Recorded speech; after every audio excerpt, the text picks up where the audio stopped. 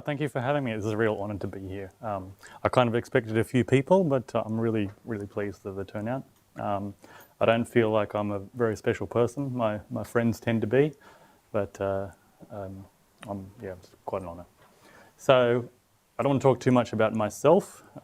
As I said, I feel like I'm a boring person, but I'll tell you a little bit about myself. So I've worked in a lot of different industries, mostly in manufacturing of auto components and plastic. I have been a draftsman, technical engineer, and I also am a qualified diesel mechanic, qualified air conditioning and refrigeration mechanic, qualified electrician, qualified auto electrician. I don't know. I've actually lost count, but I have quite a thing, and most of those have come from the same place. I spent 6 years in the Air Force, working as a ground support equipment technician, which is basically somebody who fixes literally everything but aircraft.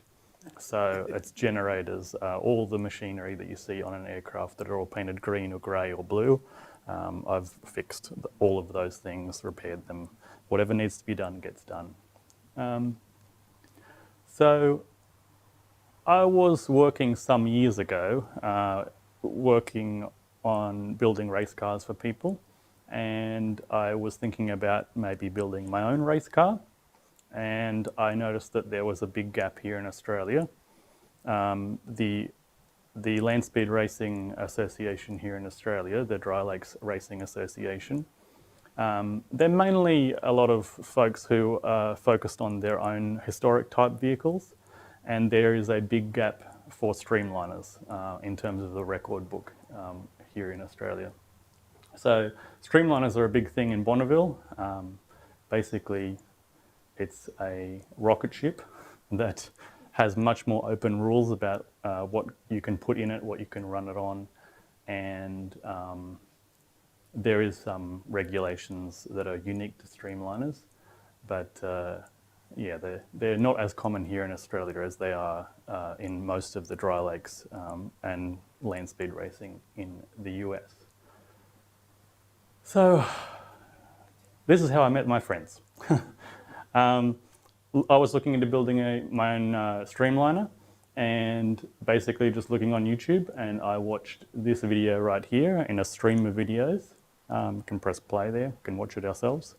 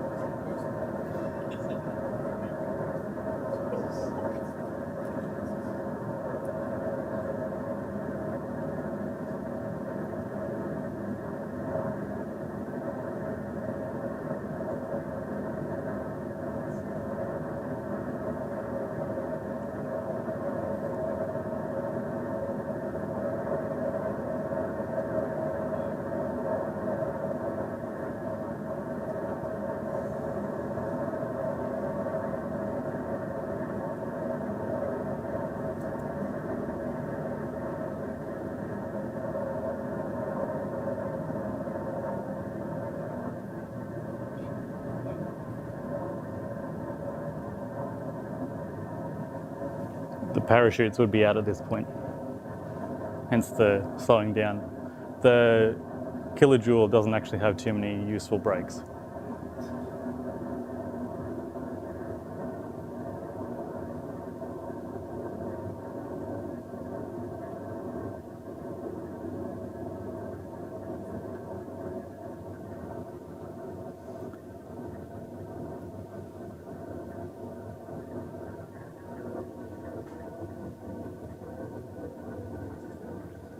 See a lot of these variations in the surface. We call those crusties. So the water starts to come up through the surface of the salt and actually builds salt formations right there on the track. So they have a tractor that keeps the center of the track and sort of the outer parts of the track flat, but you know, this is still not flat. Where is this? This one is in Bonneville. So the reason I wanted to show you this is from someone who was involved a lot in race cars. Sure. Reason I wanted to tell you this is I've been involved in race cars for a lot of years, even before this, and this absolutely blew me away. This is dead silent for a race car. Race cars are usually hot and they are smelly. You've got, you know, all kinds of lubricants shooting out everywhere, and they make a lot of noise. This one made almost no noise. You can hear the you know, the suspension hitting the ground. You can hear the crusties going past. You can hear the wind noise. Normally hear none of that. So I saw that EVA was going to, a bit of research. I looked at what EVA was doing these days and at the time, and she was going to attempt to run in Australia. There's been some changes to Bonneville in terms of the way the salt is maintained, and there has been some environmental damage over the years. There was a policy where they were taking magnesium salts out of the water and using that for other purposes, and basically the salt is not as strong as it used to be. So they're finding that the salt surface is getting thinner, and they're not able to hold the runs as often and really as well as they used to because of that damage. So here in Australia, the salt is pristine. The crusties are much smaller. It's also a lot more flat, and we don't have the environmental damage. We've kind of looked after it. The agencies that look after that salt, they're really strict about how we are allowed to use that salt surface. We have strict timelines, strict periods of the year that we're allowed to use it when it's dry instead of being wet. So if we use it when it was wet, it actually is very, very spongy. So the fact that we've been looking after the salt surface here in Australia is actually a huge benefit, and we can continue using it as long as we treat it well. I don't know if you've ever seen the movie World's Fastest Indian. The character of the World's Fastest Indian and that kind of people, that's very much the spirit of land speed racing. You get yourself onto that salt surface and it gets into your blood, and you know that there's probably people who would be willing to go as far as their own life to get an extra mile per hour, and yeah, it is an amazing place, very amazing place, very spiritual, I would say. Yeah, I recommend going there. So I contacted Eva. She was going to do a race here in Australia, and I said, all right, this is my credentials. You're looking for somebody to volunteer to help you here in Australia. And she said, sure. So I was a bit surprised, you know. They are a small team, and I've worked with some privateer race teams before, but still most racing teams are very tightly knit. But I found out later that her husband Bill also was in the Air Force, and so that gave me the in. Yeah, so I went to the Australian Electric Vehicle Expo, where I met Eva for the first time. That was in 2018, I think. And That was in Melbourne, actually. Yeah, in Melbourne. Is that right? 20? Yeah, they had one sort of, wasn't one the official annual one. Yeah. Yeah. Yeah, she just happened to be in Australia at that particular time. Feel free to ask any questions because, I'm winging it. I have 3 apologies. I'm not a speaker. 2, there were some technical issues and I lost all my thing. So I'm just going on the fly. 3, also, because I work for the Department of Defence now, they were expecting to send me somewhere to repair some equipment. So I've actually had a 2nd dose of COVID vaccine this morning. And I can feel like it's already affected me because, the first one did as well. Have you heard of a bloke who was one of our members named Spog, who was going to make a tilt on Lake Gardner some time ago, who was defeated by a unduly wet year and he couldn't get out on it, and by the time things dried out, his finances had run out. But he's still around in Adelaide and still tinkering with that stuff. Do you know what vehicle he's running? Something he made himself. Oh. It was a motorbike. It wasn't a Streamliner. It was a motorbike, but he was trying to go for the motorcycle speed record. Yeah, I tend to remember people by their machines. Yeah. Ugly. It was a higher push motorbike with 2 DC motors in it. Okay. To 300 kilometres per hour. I think I may have seen it, yeah. And unfortunately it rained. Yeah. It did 170 kilometres per hour in a quarter of a mile and managed to stop. It's actually surprising. Each year there's more and more electric vehicles that are coming there, particularly motorcycles. Motorcycles, there's a lot of land speed racing because it's a really cheap sport for motorcycles. They can ride their bikes there. They can run a couple of runs and then they can ride them home again. Yeah, sure. So can you say something about that vehicle? Is it 2 wheels or 3 wheels? Okay, well, I was going to talk about the technical things. I actually think it's probably better to leave it to Eva. I'll play Eva's video.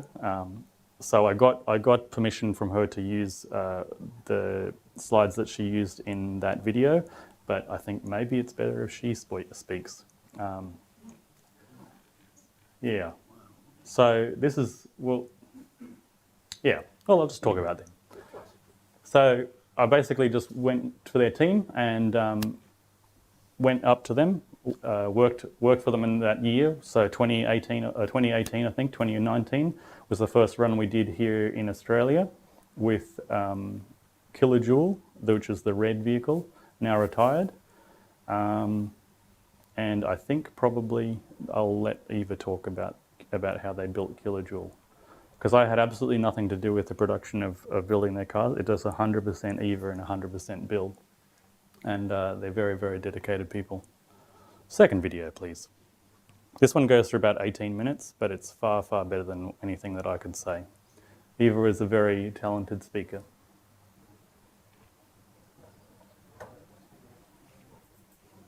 You want to sit down while I was playing, mate? Sure.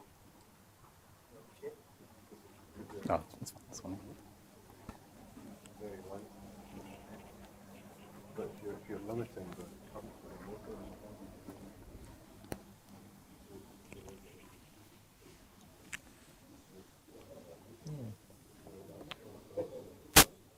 Here it comes. Oh.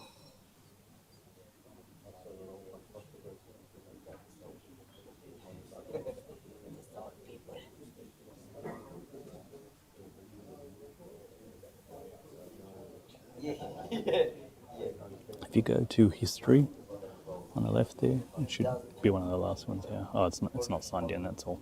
Okay, I'll look for it again. Sorry. I'll find it again. That's fine. Things happen. Oh, the gremlins are in everything, aren't they? Seems so.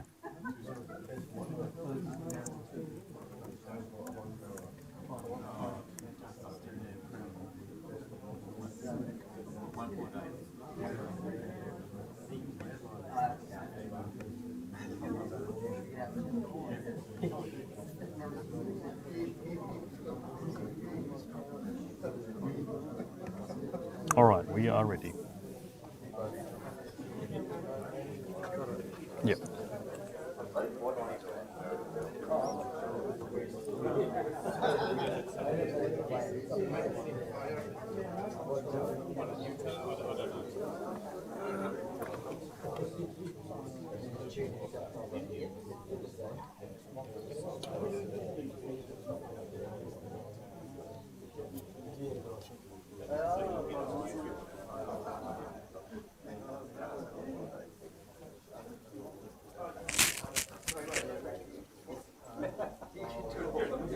Okay, ready?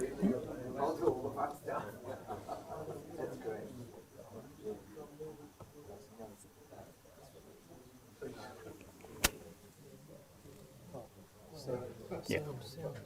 Really fast in a perfect.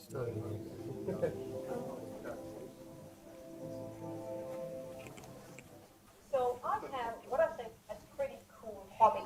So I have a hobby which means I drive insanely fast in a perfectly straight line across the salt flats to set world speed records. That's my hobby. And I do it in this vehicle you see here. It looks like a rocket. It's not a rocket. The name is Kilojoule, and it's technically a motorcycle. It's a motorcycle because it only has 3 wheels. So any vehicle that has 2 or 3 wheels is under international competition rules a motorcycle, no matter what it looks like. If it has 4 or more, then it becomes a car. So the Kilojoule is not just a motorcycle, it's a battery-powered motorcycle, and to be exact, it's the world's fastest electric motorcycle. And therefore, I am the world's fastest electric motorcycle racer. For a couple of years, I also was the world's fastest female motorcycle rider, but someone else took that record away from me, so I have to take it back. So you never own a record, you just borrow it for a longer or shorter time. So you may think, racing sounds rather wasteful. What on earth does that have to do with saving the planet? Well, we'll get to that in just a little bit. But first, a little bit of background. So 10 years ago, my husband Bill and I, we came up with a brilliant idea. We should build the world's fastest electric motorcycle. That sounds like fun, doesn't it? So I was in engineering graduate school at the time. When you're in engineering school, you have so much time and money to spare, right? Yeah, right, yeah. Yeah, that's a joke. When you are in engineering school or any demanding degree program, you have no life outside your studies. But the fact is, if you take an hour of work and you squeeze it in between your physics assignment and your math homework, and you do that every day for an extended period of time, you get a lot of work done. So I was lucky enough, I also had a husband, Bill, who still has the same husband, which I'm very lucky about.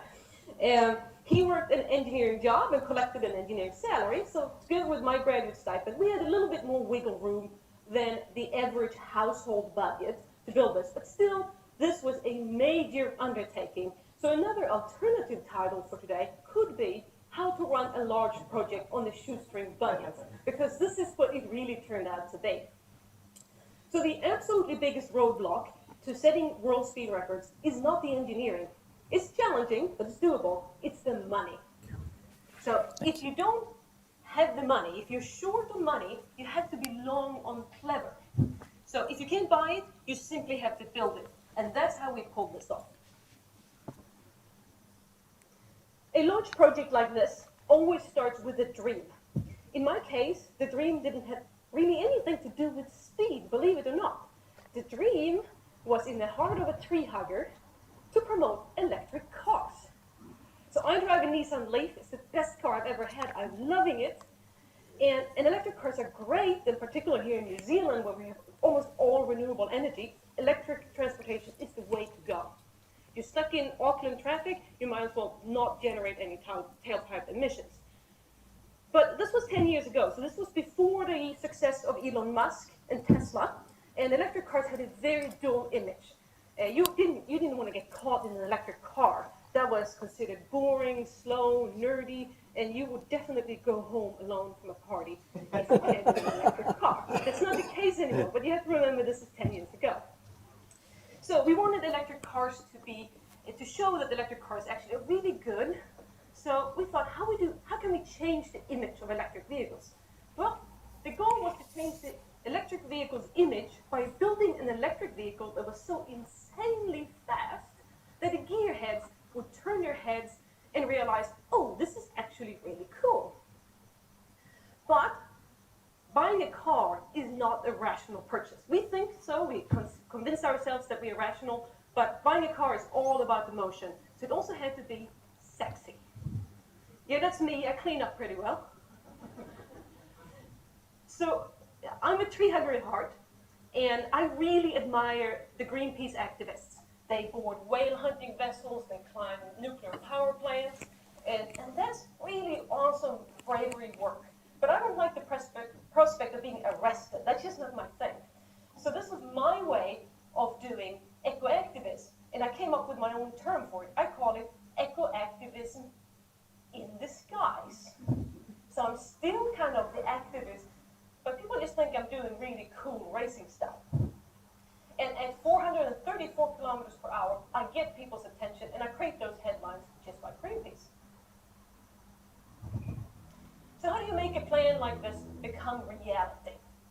Well, first you start with a team. I have the best team, Bill, my husband. We are peas in a pod, joined at the hip, co-addicts, whatever you want to call it. We are in this together. This is what we live and breathe and spend all our time and money on. We also have some amazing volunteers. So we've had dozens of volunteers. That's me in the black hat Too many of in the them middle. to mention all here today. But these guys and girls were the ones that I convinced to come with me on their own expense, I may add, to the outbacks of Australia last year to set a new world record. Then you need a headquarters. This is our 2-car garage in Colorado, where I lived for 10 years before I came to New Zealand 3 years ago. Before that, I lived and I was born in Sweden, and now you understand where my funny accent comes from. The kilojoule is 5.5 meters long because it was the longest vehicle we could fit in the space. So that kind of set the space of what the vehicle could be. In 2009, the concept of the kilojoule was born.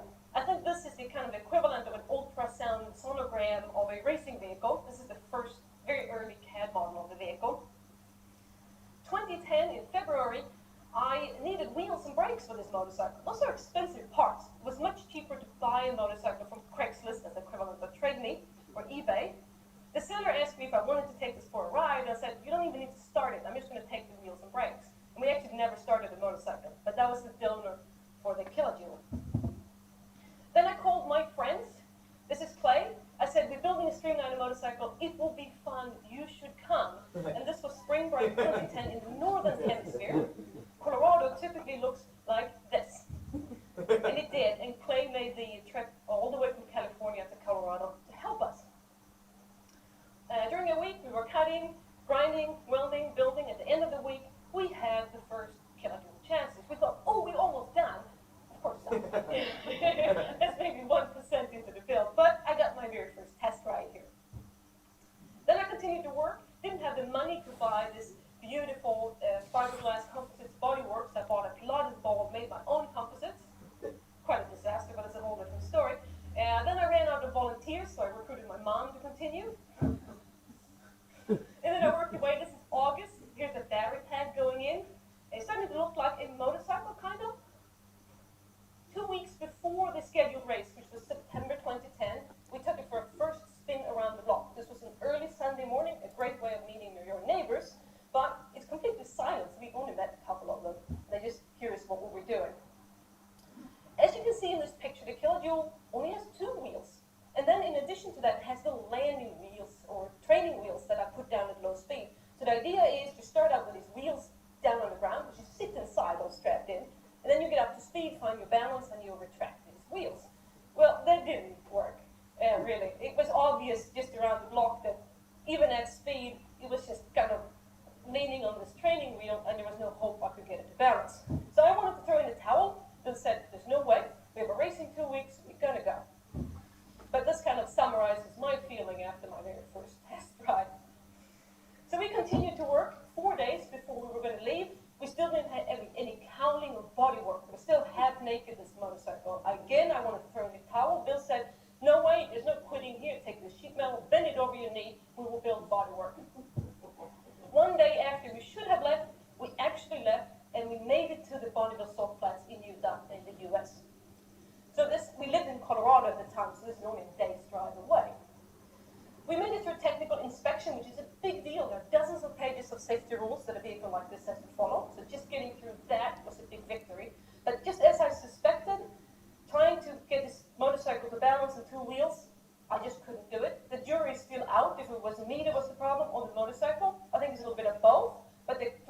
compartment was so small that no one else could take it for spin, so we didn't know. But we learned one important thing going forward, and that is that a motorcycle can have 3 wheels. So we went back home, worked another year, got some beautiful bodywork built by another volunteer instead of my Pilates ball, and we came back on my birthday. We set the first world record at 222 kilometers per hour. I thought that was really fast at the time. And then we continue improving year by year, 300 kilometers per hour, 341, another world record, 387, a Guinness World Record. The best selfie I've ever taken, I just set the new world record selfie at 400 kilometers per hour. That was a big day. And my all-time best at 434, and that's how happy your volunteers are. And like I said, I was equally happy. So that was kind of how the world's fastest electric motorcycle came to be.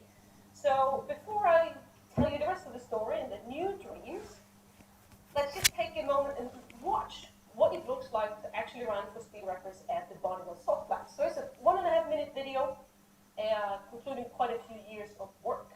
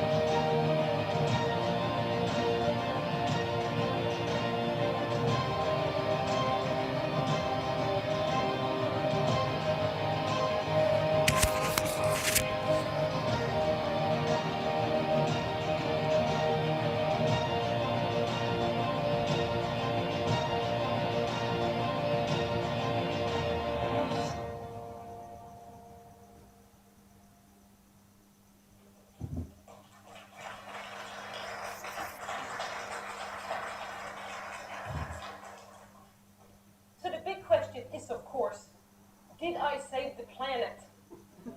Well, you're laughing. And I don't know if the state of the planet really is anything to laugh about, but the fact that North America is on fire and the other half is underwater, there's clearly a lot left to do to save the planet.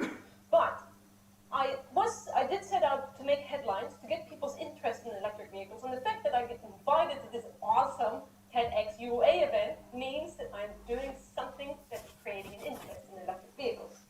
And I wanted headlines, I wanted covers, and here is just a few of the covers and headlines we have made over the years. So I think I did something at least. So my second title of my presentation was How to Run a Large Project on a Shoestring Budget. Well, if you want to do any, I'm sure you all have big dreams. So, and you want those dreams to come true. So I just have a few words on how would you run a big project like this. Well, first of all, you have to dream big. So there's no size limit for your dreams. You can dream as big as you want. Never let anyone tell you that you can't dream. However, you have to set a realistic goal. So we set a goal that was the fastest electric motorcycle, not the fastest motorcycle, the fastest electric car, fastest in the universe. And we had a date, that's September 2010. When you set your goal, you have to make a slightly pessimistic plan, because no matter how pessimistic your plan is, it will end up becoming way overly optimistic in the end. Then you have to get into action. You actually have to work. So I would like to say, I'm a bit contrary to inspirational speakers. They say the power of your thoughts and so on. I always say your thoughts have no power, only your actions do. So you have to get into action if you want to create change. And then you cannot give up, no matter what. You can rest, you can take a break. And I have a rule, I work on my racing project at least 5 minutes every day. You will say 5 minutes won't get anything like this built. That's correct, but if 5 minutes gets me started, and it turns into an hour, 2, 3, 10, 12, and then I got a lot of work done. So that's how your dreams become reality. So So the kilojoule was the dream of the world's fastest electric motorcycle. We reached that goal. And of course, there's a new dream. There's always a new dream. And that's the world's fastest motorcycle, full stop. Because kilojoule is the fastest electric motorcycle, but there are 11 more motorcycles in the world that are even faster that run internal combustion engines. So I want to beat that with electrics. So about a year and a bit ago, in July 2010, my new dream looked like a pile of steel tubing. But now we had 9 years of experience. So in probably a record-breaking speed, 6 months and 22 days, the kilojoule successor Green Envy was born. It was ready to be rolled into a container, which it was, sent off to Australia to make its debut in the salt flats there. The Green Envy is a 1,000 horsepower all-electric motorcycle, and it's built for 650 kilometers per hour. That would make it the world's fastest motorcycle overall. That record for the fastest motorcycle is currently sitting at 605, so I want to overshoot it a little bit. And also that's 400 miles per hour, which is a nice round number. The debut was planned for March 2020. We were there, Green Envy were there, we were ready to go, and we all know what happened in March 2020. The world came to a screeching halt, and everything was cancelled, and we went back, and the debut is postponed to 2021. Anyway, the goal is still, even if it will take another year, to show that electric vehicles aren't slow or boring. So before I wrap up, I just want to show you a few numbers, because we all love numbers, and I typically get the question, what is the 0 to 100 kilometer per hour time? It's not that impressive, actually. This is about top speed, not about acceleration. Very lame compared to a Tesla. It will take about 8 seconds to get to 100. Getting to 650 just means you continue to accelerate. There are no gear shifting, so it's more like an airliner taking off. That will take about a minute to get to that speed. You would think this is really wasteful, but the fact is I have a battery pack that's about 20 kilowatt hours, same size as my Nissan Leaf, pretty much, and that energy it holds is equivalent of about 2 liters of petrol. So 650 kilometers per hour, 2 liters of petrol. But if I, instead of going 650 kilometers per hour, I went down to the motorway, it's not street legal, I couldn't do it, but if I could, if I was cruising for 100 kilometers per hour, I could go about 600 kilometers. So I'm twice as fast as Tesla and about the same range. If we would take all these numbers and turn it into the government's recommended fuel economy labeling, we definitely get more than 6 stars. It should be like 60 stars, but they only are 6 stars. We will get an equivalent fuel economy of 0.37 liters per 100 kilometers. That's 10 times as good as a Prius. So that is super fuel efficient. So as you can see, electric vehicles is really the way to go. They can be super fast, they can be really sexy, and super fuel efficient. And with renewable energy, well, why wouldn't you want to drive an electric vehicle? So that's all I want to say. Thank you so much, and I will just end up with saying flat out into the future. Thank you.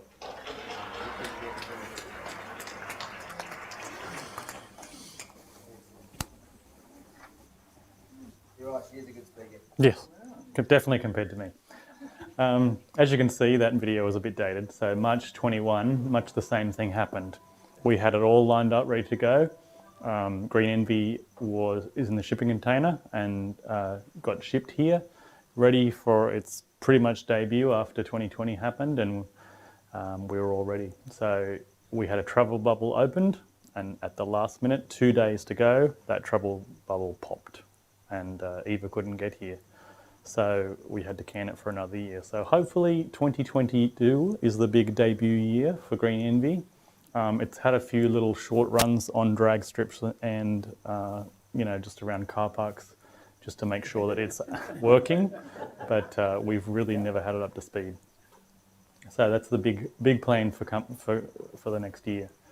It is still here in Australia. It's in the port here, and it probably will stay here until next. Yep. What is it? How hard would it be to get it out of the Oh, it's like We have like a quarantine label on it so that we can ship it if we have to. So we won't be able to open the shipping container unless it's really, really important. We'll talk about it, Sally. I was just Yeah. wondering, the rear wheels, are they symmetric on each side, or is the one of the No, wheels, so so it'd have to have a wing? not really. No, it actually sits flat. So because Bill describes the shape of kilojoule as being a toothpaste tube. So it comes as a big circle and essentially comes back, and then it sort of goes in, and that keeps it straight the whole way. So the point of the sidecar is basically because it needs to hold itself upright. The little training wheel idea didn't work, as Eva said in the video. And the rules for motorcycle class means that they could put 3 wheels. So it is there's more to it, but it's got its own suspension, but it essentially just keeps the vehicle upright. And once it's going, it actually doesn't have a lot of load. It does have a lot of weight in it, and that weight is there to add downforce, and it's got an inverted wing like a lot of race cars do. So the whole thing has been 3D printed with a wing, and that whole sidecar panel actually adds downforce to the rear, a significant amount. What was the question, sir? So have you seen the back of a Formula One car where you have the inverted wing? Yeah, the bottom panel is like that, and then the side wheel comes out of it, yeah. Sure, yeah. What distance do you need for your run? The track is 9 miles long. So in that original video, you see those 2 black marks that are on each one. Those are the mile markers. So generally speaking, the way the rules are done, if I remember off the top of my head, a timed run is one section of that mile. So that 270 miles per hour run that she did, that would have been between a particular marker and another particular marker. And so it might have been like the 3rd or 4th marker or something. And then we have to do that again within the next run. So we have to repeat it. Pick the best one. Yeah, that's right. The best one. So do you have to turn around and go the other direction? Or? Sometimes that's the case, but here at Lake Gardner, they generally just run it the same way. Yeah. Could you elaborate a bit on the wheel design? The new one? Yeah. Yeah, okay. So that was kind of Eva's idea.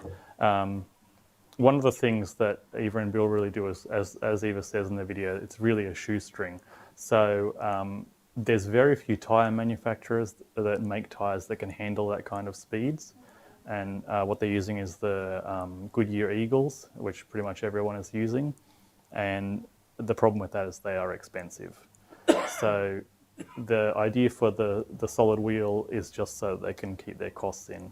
So that solid wheel is reusable. They don't have to worry about the rubber degrading.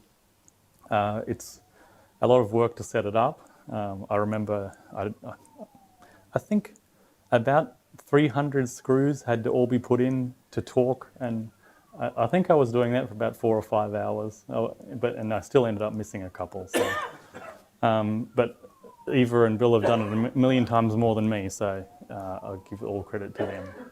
But yeah, it's on the side of the Green Envy picture there. And there's the eagles that they're using there, but it's still kind of in prototype stage. They're figuring out different ways for the nodules to work, the exposed rubber parts.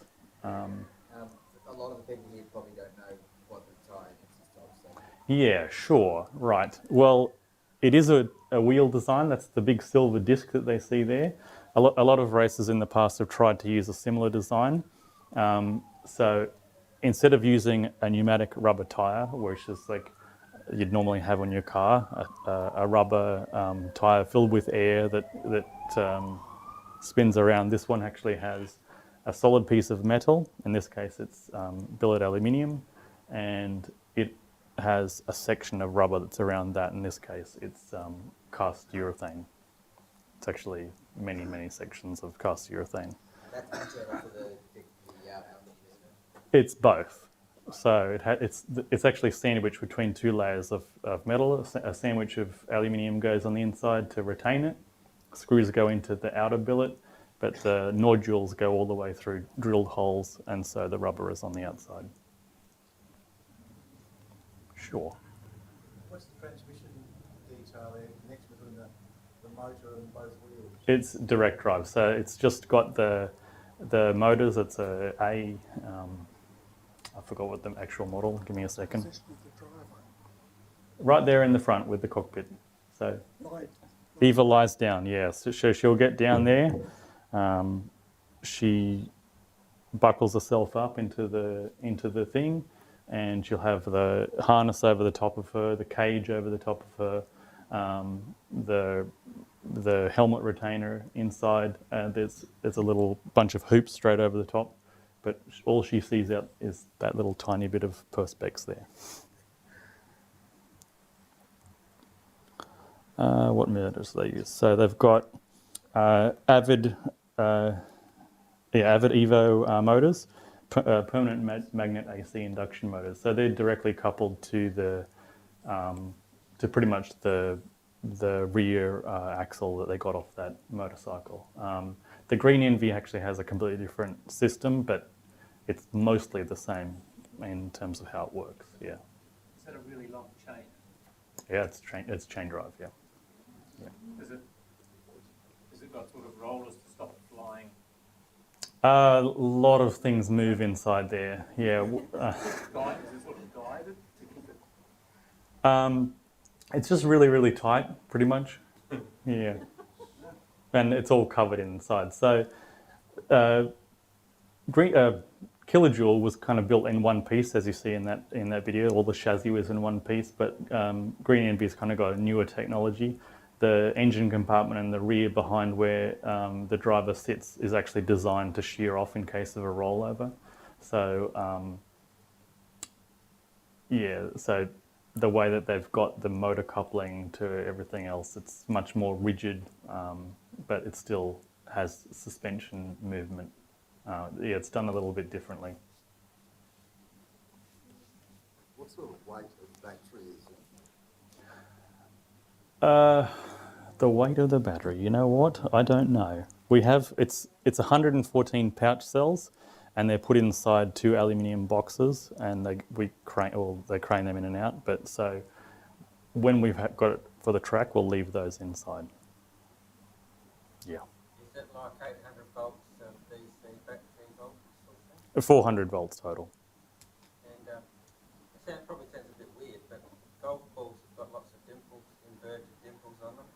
Whether either we've gone around with fluid dynamics and just had to play with putting dimples on some surfaces and see if it gives any wind resistance improvement. I think Bill's been talking about things like that. This vehicle looks a lot smoother in the pictures than it really is. So we've got a lot of... Bill is ex-US Air Force, and in the US you have a lot of access to military surplus.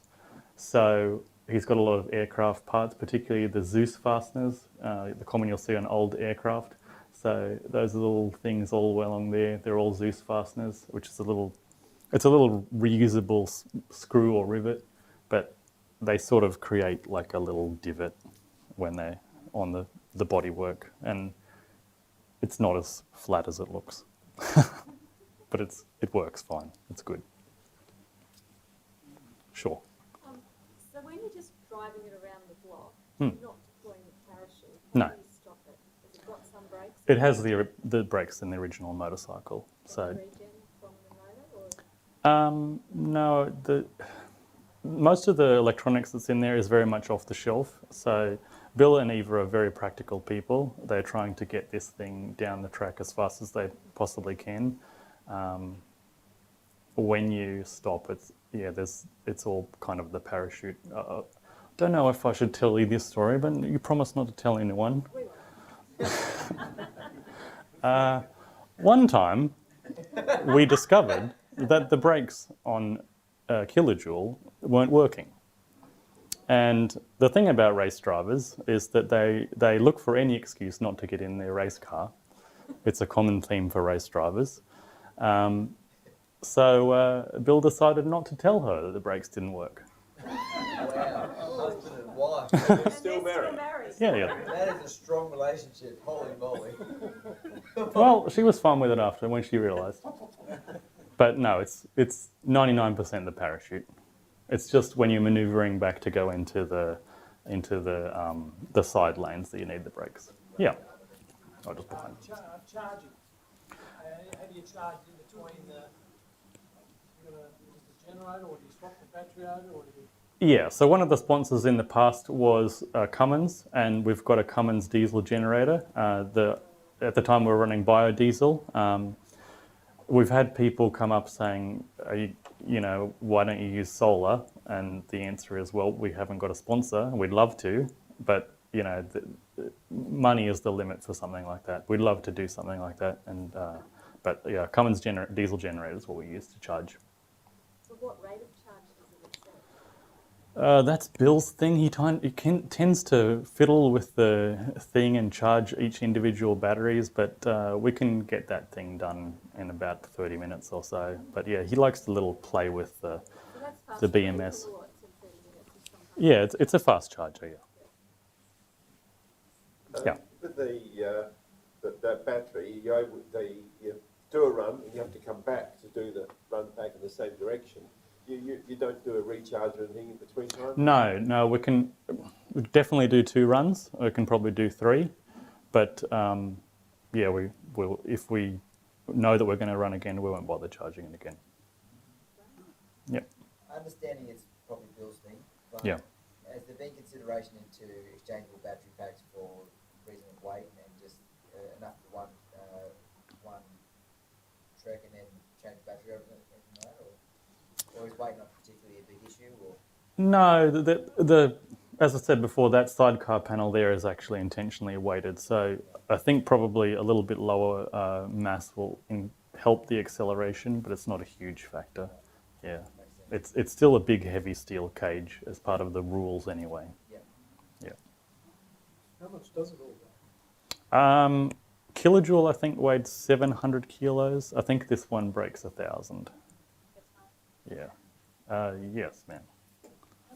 I might have missed this, but what's she doing when there's an extra year or maybe more? What's she doing in the meantime?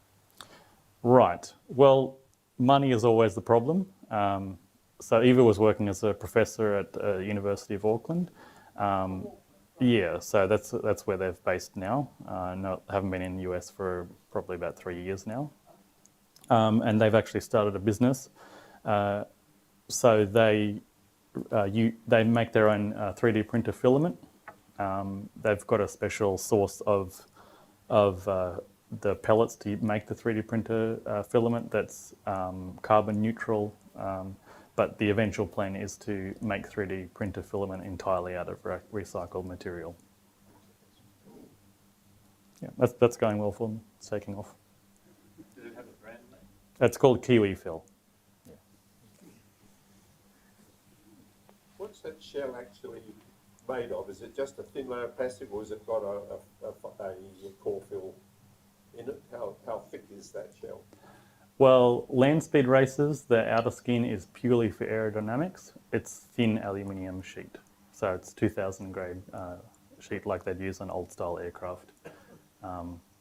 The front nose section is composite. So Steve, one of the other people from New Zealand, he's a composite expert, and he's constructed that nose for Green Envy. It's actually a replica, basically copied from the one on Kilojoule, and the new cockpit canopy there, both constructed by him.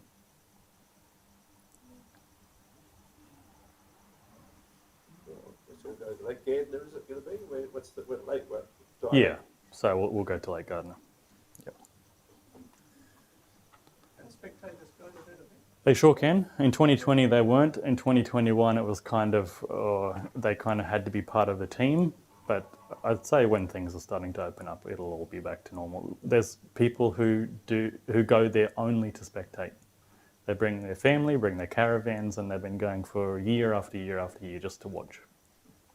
I think some of our members from Queensland, in fact, have gone down to what will come down to what. Yeah, it's a very special event. Highly recommend. Yeah, there's always a sting in the tail. I remember when Donald Campbell did his run up on Lake Eyre, that I was up there, and it rained. Yeah. In the middle of summer on Lake Eyre. Shotgun We all first, chat got up, bogged then and we all churned around, but there were plenty of people there to see it. Great. Do we have any last questions? No. So, yes, one And with John? I was watching the kilojoule cockpit, and the perspex was doing a bit of Mhm. upgrades, so I no doubt they did a lot of work on that. Well, it gets pretty hot, and the composite parts actually can get soft and loose. So yeah, it does move around. Yeah. So there's no air conditioning inside? No, there isn't any air conditioning in the canopy, and it does get really, really hot. Usually, Eva has a way that she'll drive. So we pop the canopy open, and she'll sort of sit on the thing and do the old like what is the side saddle, lady style side saddle on top of kilojoules until we get green envy as well, until we get to the actual like go line, and then she'll usually get the rest of the gear on. But we've got to keep. We have a cooling system, Green Envy and Kilojoule. The Kilojoule one was a bit of a Bill special. He's wonderful at things. I really like his style. He just gets it done. No, it worked all the time. It was 100% reliable, but it was made out of all kinds of things that he'd found. Yeah, so it's basically the way we cool the inverters and the control drive and the inverters is we've got a box full of ice, and we've got ice cool water running through. Yeah, it does work great. Yeah.